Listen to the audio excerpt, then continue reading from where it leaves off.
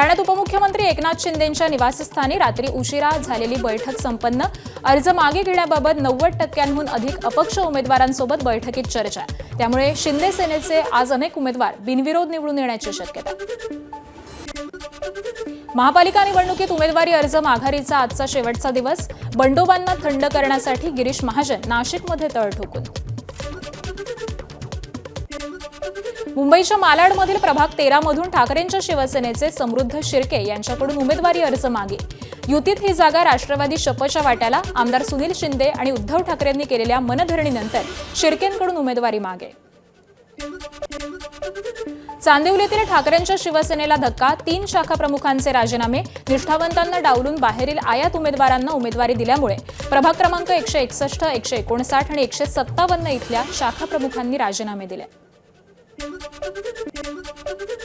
भिवंडीतील ward क्रमांक 6 मध्ये काँग्रेस पक्षामध्ये बंडखोरी। माजी महापौर जावेद दळवी, ऋषिका राका आणि परवेज मोमीन यांचा विकास आघाडी स्थापन करत स्वतंत्र लढण्याचा निर्णय। भिवंडीत काँग्रेसच्या माजी नगरसेविका रुक्साना कुरेशी यांनी बंडखोरी करत अपक्ष उमेदवारी अर्ज दाखल केलाय। काँग्रेसनं प्रभाग 8 मधून तिकीट नाकारल्यामुळे रुक्साना कुरेशी यांनी अपक्ष अर्ज दाखल केला। त्यामुळे प्रभाग 8 मध्ये काँग्रेसची डोकेदुखी वाढली आहे। भिवंडीमध्ये समाजवादी पक्षाला मोठा धक्का। वॉर्ड क्रमांक 11 मधून अबू तारीर अजमीनकडून बंडखोरी करत अपक्ष उमेदवारी अर्ज दाखल। पिंपरी चिंचवडमध्ये भलताच पेस। प्रभाग 20 ब मध्ये शरद पवारांची राष्ट्रवादी आणि ठाकरेंच्या शिवसेनेकडून नीलम म्हात्रेंना एबी फॉर्म, तर प्रभाग 30 अ मध्ये संदीप गायकवाडांना शरद पवार राष्ट्रवादी आणि शिवसेनेकडून एबी फॉर्म। सोलापुरात राष्ट्रवादी आणि शिवसेनेची युती 51 जागांचा फॉर्म्युला ठरलेला असताना शिवसेनेकडून 65 तर राष्ट्रवादीकडून 54 जागांवरती उमेदवार।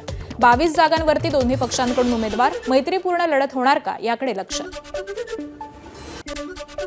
सांगलीच्या 3 प्रभागामध्ये भाजपला बंडखोरांचं आव्हान। प्रभाग 1 मधून विश्वजित पाटील, प्रभाग 14 मधून शरद नलावडे, तर प्रभाग 18 मधून राजू नलावडेंचा बंडखोरी करत अपक्ष अर्ज।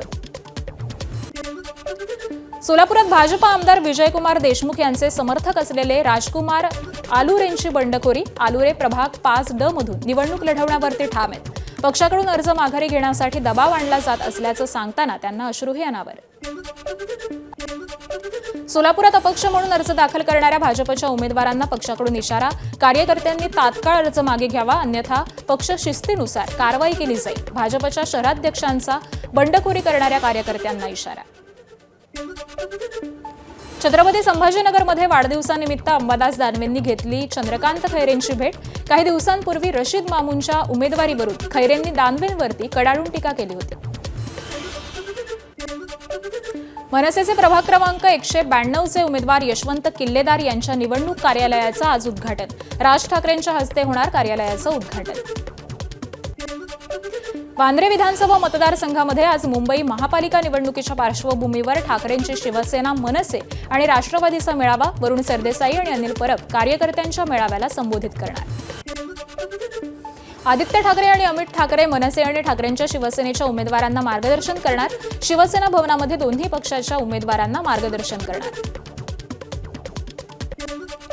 राज ठाकरेंच्या सभा असतात भारी, मात्र कामाच्या नावानं पाटीकोरी, तसंच कितीही करा युती पण मुंबईत पेटणार नाही पणती, असं म्हणत केंद्रीय मंत्री रामदास आठवलेंची ठाकरे बंधूंवरती कवितेतून टोलेबाजी। ठाणे डोंबिवलीतील प्रभाग क्रमांक 24 मधून बिनविरोध निवडून आलेल्या उमेदवारांनी उपमुख्यमंत्री एकनाथ शिंदेंची भेट घेतली। यावेळी सर्व उमेदवारांनी एकनाथ शिंदेंचे आभार मानले। जळगावला उमेदवारांचं किडनॅपिंग केलं आणि धमक्या देऊन अर्ज मागे घ्यायला लावले। आपल्यालाही धमक्या आल्या, पण आपण भीक घालत नसल्याची संजय राऊत यांची प्रतिक्रिया। महानगरपालिका निवडणुकीच्या प्रचारासाठी उद्या इचलकरंजीमध्ये मुख्यमंत्र्यांचा रोड शो, तर भाजप प्रदेशाध्यक्ष रवींद्र चव्हाण उमेदवारांसह अंबाबाईचं दर्शन घेऊन प्रचाराचा शुभारंभ करणार। मुंबईच्या प्रभाग 194 मध्ये राष्ट्रवादीकडून पेपर विकणाऱ्या महिलेला उमेदवारी। शिंदेंच्या शिवसेनेचे समाधान सरवणकर आणि ठाकरेंच्या सेनेचे आमदार अरविंद शिंदे यांचे बंधू निशिकांत शिंदेंविरोधात पूजा पवार रिंगणात। परभणी शहरातील एकनाथ नगरमधील स्थानिकांचा मतदानावरती बहिष्कार, मूलभूत सुविधा मिळत नसल्याचा स्थानिकांचा आरोप, तर यावरती तातडीनं काहीतरी उपाययोजना करण्याची नागरिकांची मागणी. निवडणूक ड्युटीला गैरहजर, छत्रपती संभाजीनगरमध्ये 17 कर्मचाऱ्यांवर गुन्हा दाखल. या कर्मचाऱ्यांनी स्वतःची माहिती देताना नोंदवलेले मोबाईल क्रमांक देखील चुकीचे असल्याचं निदर्शनास. एबीपी माझा, उघडा डोळे बघा नीट.